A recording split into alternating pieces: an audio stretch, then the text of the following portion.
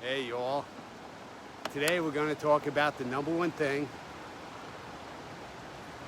about what? We're going to talk about number one thing, and actually there's only one thing that we could do if we find ourselves in a true panic attack or in a situation where our anxiety is starting to burn out of control. To anybody that this might be the first time hearing me, my name is Jerry.oh, and I'm a holistic life coach. I help teach professionals how to go from being overly anxious and possibly getting burnt out into a calmer, high-performance state.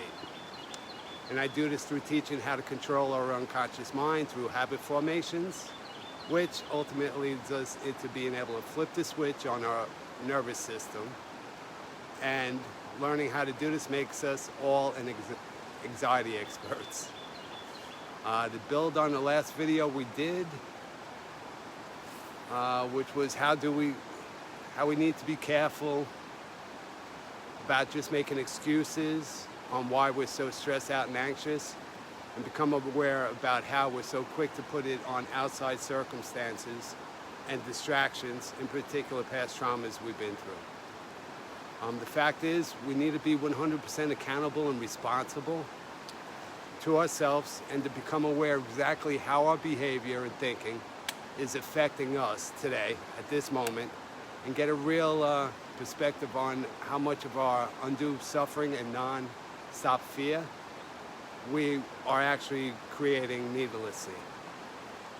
Yes, getting help to make it through this is a lot easier. To go through the process can make it a lot easier to go through the process, but the bottom line is we're the ones that need to take the action first, and it's on us to learn how to become congruent with how we want to be, and then see how we really behave and think.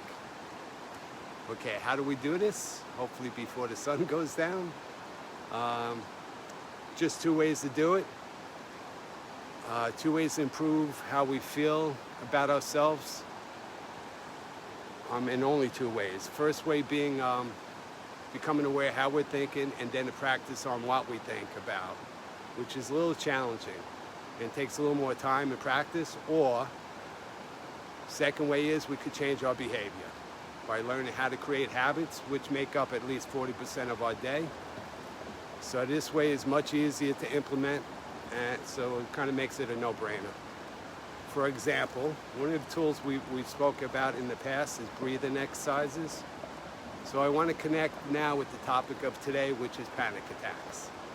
The reason I want to talk about panic attacks is because I've had more than a few people within the last week or two reach out to me about this.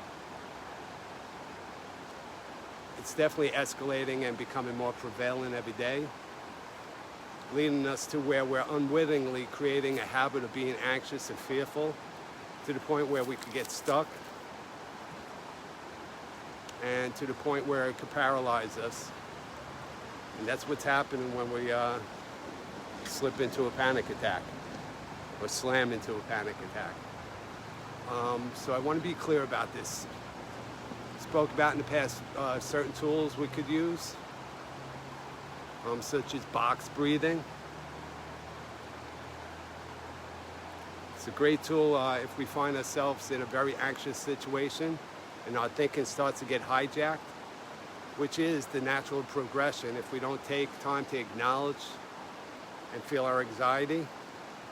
We could practice. If we practice this breathing, it could be super effective way to get our brain back online in a healthy way. We've gone over box breathing, which I was taught in the military, so it is for extreme situations. It definitely directly affects our nervous system and helps regulate our heartbeat. But there's a but here, and a very big but. You need to make a point to learn and practice this before it will actually work in an on-demand situation. Can't just wait until a high stress or a panic attack situation happens, because trying this for the first time, odds are it won't work. We need to learn how to practice this first, because waiting until a panic is definitely not going to be doable, and I'll explain why in a second. We need to make it loud and clear, because I have people who've reached out to me just recently that they're dealing with panic attacks. And they said they tried breathing techniques and it just seemed to make it worse, which it will, and I'll explain why in a moment. The sharp point here is, as I've mentioned, if we don't acknowledge our levels of stress and anxiety, and it could start to burn out of control to the point of a catastrophic failure. Not a laughing matter. At which point, the only way through it is not to try to fight it or battle it, or try to control it in any way, but only to let it happen, which in a moment I know it seems next to impossible, but the truth is, to try to battle it, the flight process, aka panic attack, which is a process that naturally should only last 3 to 5 minutes. That's it, tops. Panic attack is meant to set up to go through the whole process 3 to 5 minutes, unless we propagate it to continue. Which in the old days of fighting lions, tigers, and bears would be if we needed to keep running. So if we needed to keep running to keep the adrenaline going, to give us that extra kick. So when a full-on panic attack happens, if we try to control it or fight it, the only thing we're achieving is making it last longer. So at this point, the only solution is to do nothing. Zip, zero, nada. And you need to just let it happen and run its course, which again is 3 to 5 minutes tops. The best thing that can help us to achieve this non-fighting or battling of a panic attack is if we practice RAIN beforehand. So we could learn how to do it and have it ready if something creeps up, like a panic attack. RAIN is an acronym for, which has been picked up recently by a lot of cognitive behavior therapists, but it's really an ancient Buddhist practice, been around for thousands of years. And what RAIN stands for is, R stands for recognize, to just stop and recognize what's happening in our thoughts, body, feelings, and emotions. So that's R, recognize. A stands for allow, to allow to accept what's happening. I stands for investigation, to be inquisitive and investigate the experience helps us to do it in a non-judgmental way, aka kindness. Okay. So where am I? I think I'm up to N. Yeah. N stands for non-identification, meaning what we're thinking about in the moment may not necessarily be true. What we're thinking may not be true, and even who we think we are in the moment may not necessarily be so. I'm sure you've heard the term that feelings aren't facts, right? So that's kind of what this is pointing towards. And if we do practice this enough, we might even end up recognizing that there are certain triggers, emotions, feelings, thoughts that are just habitual. They're a neural pathway that we don't need to hold on to anymore. So the big reminder here is, if or when you find yourself in a panic attack, you could try to control it and battle it. It's going to be to no avail and just make it worse. Or you can let it run its course, which will help make it go through the process quicker.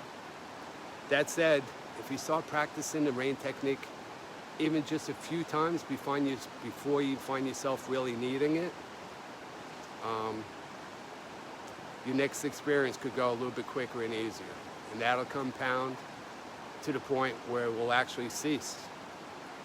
So I would suggest, after memorizing the acronym RAIN, what it stands for is to practice it before it's needed, which we can start doing in a less anxious situation, in a minimum anxiety situation, such as being stopped at a red light, or waiting in line at a grocery store, something like this. It's very low.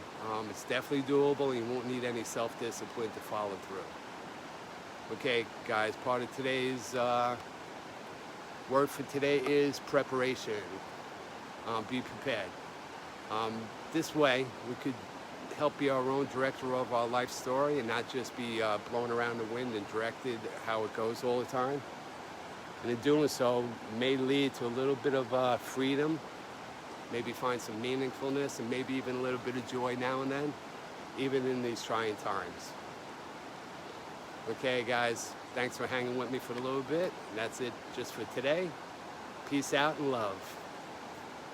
And I hope I had enough bandwidth and I wasn't just talking to myself for the last 5 minutes. Okay, good night, everybody.